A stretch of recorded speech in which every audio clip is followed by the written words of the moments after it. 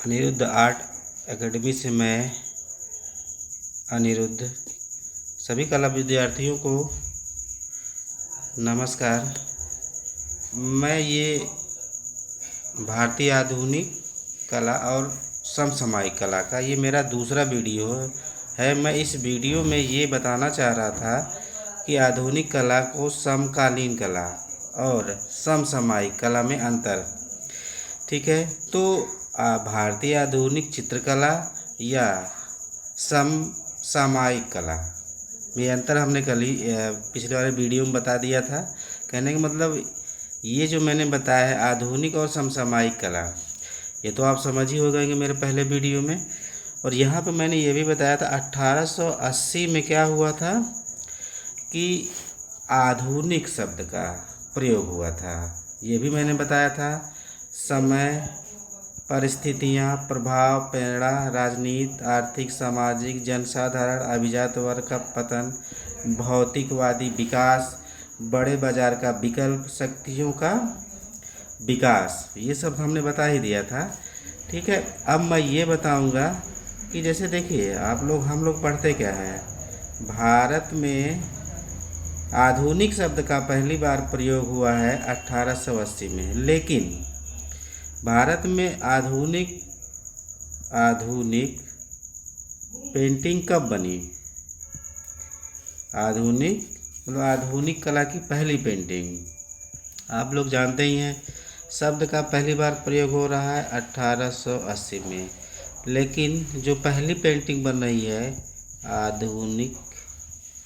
आधुनिक चित्रकला का पहला चित्र आप लोगों को पता होगा 1905 में बना था। नाम था बंग माता, जिसका नाम बदला गया था सिस्टर निवेदिता द्वारा भारत माता, ठीक है। ये कहने का मतलब ये है कि शब्द आधुनिक कला शब्द 1880 में प्रयोग हुआ, जबकि चित्र बना 1905 ईस्वी में। इस पे हम लोग बात करते हैं। बात क्या करना है, देखिए क्या क्या आधुनिकता में क्या बदलाव होने चाहिए। ये तो जो सारी चीज़ें हमने बताई हैं वो ऐतिहासिक या राजनीतिक से प्रेरित था। लेकिन अब चित्रकला के दृष्टिकोण से हम लोग ये बताने की मैं कोशिश करूँगा कि आधुनिक चित्रकला की शुरुआत में मेन चीज़ें क्या क्या थी। जैसे पहला तो राजा रवि वर्मा, ठीक है। राजा रवि वर्मा का बहुत योगदान रहा है, ठीक। इनका जो चित्रण विषय भारतीय था, लेकिन इनकी जो चित्रण पद्धति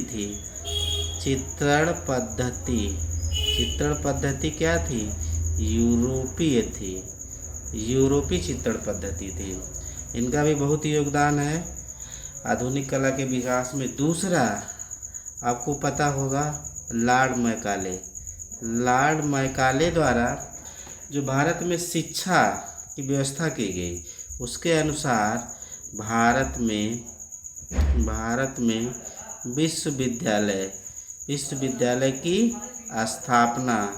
विश्वविद्यालय की स्थापना में, जैसे मद्रास विश्वविद्यालय, ठीक है, मद्रास विश्वविद्यालय, कलकत्ता विश्वविद्यालय, ठीक।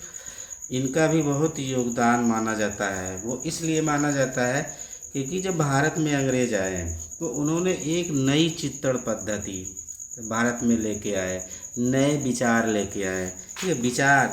विचारों का आदान प्रदान, विचारों का आदान प्रदान क्या हुआ? देखिए अंग्रेजी कल्चर और इंडियन कल्चर मिक्स होता है, तो वहाँ से आपका क्या आया? यथार्थवाद आया, ठीक है, रोमांसवाद आया आपका।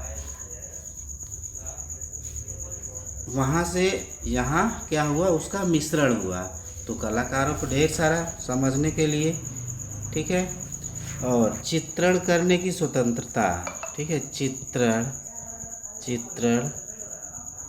करने की स्वतंत्रता, ठीक है, चित्रण करने की क्या है, स्वतंत्रता मिली। जैसे कोई भी विषय पर आप चित्रण कर सकते हैं, उस पर कोई रोक टोक नहीं है। पहले क्या था, इसके पहले ही अंग्रेजों के संरक्षण में जो चित्रकला पनपी थी, तो ज़्यादातर उनके आदेशानुसार जो भी उनको अच्छे लगते थे वैसे चित्र बनाए जा रहे थे। लेकिन क्या हुआ, अब क्या हुआ, जो कलाकार है वो क्या कर रहा है, ग्रामीण जीवन का चित्रण, सामाजिक जीवन का चित्रण कर रहा है, तो चित्रण की स्वतंत्रता मिली। ये भी आधुनिक कला में सबसे बड़ी विशेषता मानी जाती है, ठीक है। और जो भी हुआ उसमें से ये एक तरह का सिर्फ आधुनिक कला के विकास में क्या क्या पहलू है, मैं ये बताने की आपको कोशिश कर रहा हूँ। और देखिए पांचवा क्या आया, पांचवा ये आया कि कलाकारों के लिए क्या हुआ, वो सोसाइटियों का गठन हुआ, सोसाइटी, ठीक है ना। सोसाइटी का गठन भी एक महत्वपूर्ण आधार माना जाएगा, क्योंकि सोसाइटियों द्वारा भारतीय कला के विकास के लिए उन्होंने कुछ ऐसे विद्वान हुए जो भारत में चित्रकला पे लेख लिखना शुरू किए, भारतीय कल्चर को बताना शुरू किए, ठीक है। उसके लिए जो है वाद संवाद के लिए प्रदर्शनियां आयोजित की गई, वाद संवाद के लिए भी मतलब कला के विकास के लिए ढेर सारे प्रयोग किए गए। जैसे Indian society of oriental art की स्थापना हुई थी। प्रदर्शनी के लिए आपको पता होगा आर्ट सोसाइटी मुंबई की स्थापना की गई थी। ये सारी जो नए बदलाव हुए थे, ये कहीं ना कहीं आधुनिक कला को बढ़ावा देने के लिए इसका महत्वपूर्ण योगदान माना जाएगा भारतीय कला के विकास में, ठीक है। और ढेर सारी चीज़ें हैं, जैसे क्या है, कुछ यूरोपीय वादों का प्रभाव, जैसे क्या है, यथार्थवाद, फिर आया आपका रोमांसवाद, ठीक है। इनका भी बहुत योगदान है, क्योंकि जैसे क्या हुआ, आपका काल्पनिक राजा रवि वर्मा के जो चित्र थे वो भारत के पौराणिक ग्रंथों के थे, उनका रियलिस्टिक चित्रण किया गया। जैसे गगनेंद्र नाथ का चित्र है अर्जुन और चित्रांगदा, ये भी रोमांसवादी चित्र है, और ठीक है। और इनके बाद 1921 में ही गगनेंद्र नाथ के चित्रों में क्या हुआ, घनवाद का प्रभाव दिखाई देता है, इसलिए इनको प्रथम घनवादी कलाकार भी कहा जाता है। तो क्या हुआ, घनवाद का भी प्रभाव आया, ठीक। तो ये क्या है, आधुनिक कला को बढ़ावा देने में विशेष योगदान रहा। और भी कुछ आए, जैसे अंग्रेज़ों के साथ आए हुए चित्रकार, जिसमें थॉमस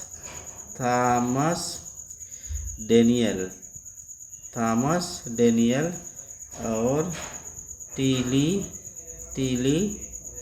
कैटिल, ये भी आए थे, ये भी कलाकार। तो यहाँ के कलाकारों ने इनके चित्रण करने की परंपरा को ग्रहण किया, और इन लोगों ने भारतीय चित्रकला से भी इन लोगों ने बहुत सारा इन्होंने सीखा। यहाँ का चित्र बना के, यहाँ के जो लोग चित्र बनाते थे वहाँ पे ले जाके बेचते थे, और यहाँ के द्वारा बनाए गए कलाकारों के चित्र यहाँ के गवर्नर जनरल, वायसराय लोग खरीदते थे, और यहाँ से ले जाके वहाँ इंग्लैंड में, फ्रांस में, जहाँ सा जो भी उपनिवेश रहा है, भारत जिसका उपनिवेश रहा था, जैसे डच, पुर्तगाली, इंग्लैंड, फ्रांस, तो फ्रांस की कंपनियाँ थी, इंग्लैंड की कंपनियाँ थी, लेकिन इंग्लैंड सबसे ज़्यादा भारत में शक्तिशाली हो जाता है। तो यहाँ के चित्रों का मतलब यहाँ के चित्रों को इंग्लैंड ले जाकर बेचते थे, ठीक है ना। तो ये ढेर सारा बदलाव आया। बदलाव में हमने देखे राजा रवि वर्मा, लॉर्ड मैकाले की शिक्षा नीति, विचारों का आदान प्रदान, मतलब अंग्रेजी कल्चर और इंडियन कल्चर का मिश्रण, ठीक है। चित्रण करने की स्वतंत्रता, कलाकारों को ढेर सारे विषय पे चित्र बनाने की स्वतंत्रता, आज़ादी मिली। सोसाइटियों का गठन किया गया, प्रदर्शनी, चित्रों की प्रदर्शनी का आयोजन, उसमें जो है व्याख्यान माला का आयोजन किया जाता था, ठीक है। यूरोपीय वादों का प्रभाव, और जो यूरोप के जो कलाकार आए थे, चित्रकार आए थे भारत में, ये सब क्या है, आधुनिक भारतीय चित्रकला में महत्वपूर्ण योगदान रखते हैं। और ऐसे ही वीडियो को देखने के लिए, अपना कॉन्सेप्ट क्लियर करने के लिए हमारे वीडियो को शेयर करिए, सब्सक्राइब करिए, हमारे चैनल को कमेंट ज़रूर करिए। अगर कोई इस तरह का कुछ फैक्ट, मतलब कॉन्सेप्ट बेस पे अगर कोई प्रश्न आपको जानना है तो हमारे यूट्यूब चैनल पे आप कमेंट कर सकते हैं, या दिए गए नंबर पे आप हमें मैसेज भी कर सकते हैं। धन्यवाद।